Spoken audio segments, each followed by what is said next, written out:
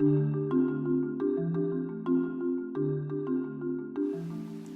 I'm Lisa Camille from contentedbylisacamille.com, which is a blog about dating and celibacy. I help women take sex off the table and take a dating time out so that they can find themselves and find real wholeness and true happiness. I talk to women every day about what's happening in their dating lives, and these are 5 of the biggest mistakes that I see women making. Number 1, letting things slide. This can happen particularly in the early days of a dating scenario where you're trying to get to know the person and you're not quite sure what's their normal. So you hear them say something or see them do something which kind of irks you a little bit or doesn't really fit with you. But instead of saying something, you let it slide.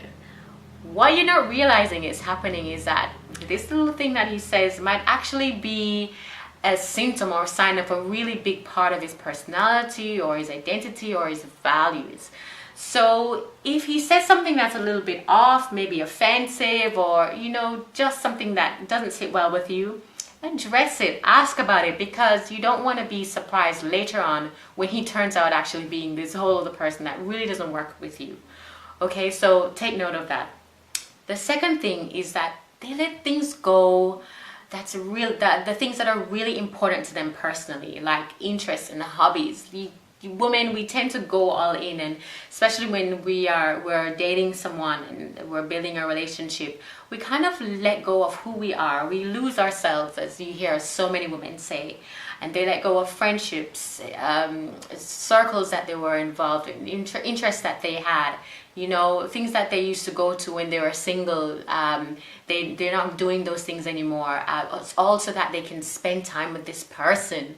You know what though? When that relationship ends, these women find themselves quite isolated, because they haven't been developing their friendship circles. They haven't been spending time with the female friends that are gonna be there throughout all the different relationships that they have. So don't let your friends go, your interests go, your hobbies go just because you're seeing someone.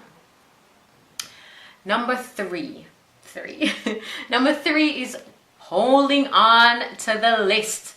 Yes, I know we all have this list written down, from when we're in our 20s of the things that we needed in a husband and how tall he needed to be and what he needed to smell like. And then when we find someone who ticks more than half the boxes on that list, we get so excited and we hang on to this person even though they're not the one.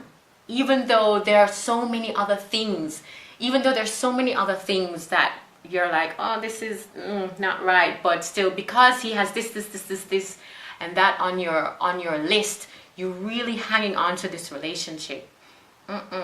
Your list is not a sign that this man is the one. Your list is something that you created, and it was probably created from your own insecurities, just from things that you didn't experience in your previous relationship, or insecurities that you have about yourself, so you gotta put the list down, okay? If God has not given you a word that this man is your husband, regardless of what is on your list, you have to be prepared to let that go. Number 4 is submitting that relationship to God, actually, because that's a really key part of knowing whether or not this man is the one. Is actually submitting and surrendering this relationship to God and asking God if this is your husband. Sometimes we're afraid to do that because we don't want to hear no. We really like the guy, and so we don't want to hear that it's not the one. And ladies, if God did not tell you yes, don't ask him for a no, to give you a sign that it's a no. He did not tell you yes. Really surrender that relationship to God and allow him to speak to you about who this man really is. Number 5, yes, we're at number 5 now, is early sex. Ladies, yes, I am a champion of the path of choosing celibacy, because I really believe that if a man wants to be with you for you, he will wait to have sex. Your body is a temple, it's a prize to be earned, not just to be given to someone you're dating. So really allow yourself the opportunity to develop an emotional intimacy with this man, and that takes time. It doesn't happen on the first date, in the first week, in the maybe even the first 3 months. Really develop a relationship with him without the distraction of sex. Trust me, it will allow you to learn and see who he really is as a man. Okay, if you want more support around that, I'm happy to help you as a coach.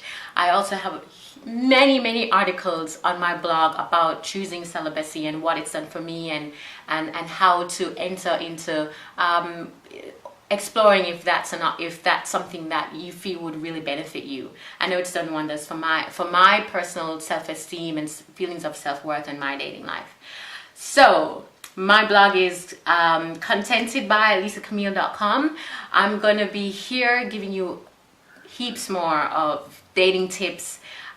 So please subscribe to my YouTube channel and stay connected.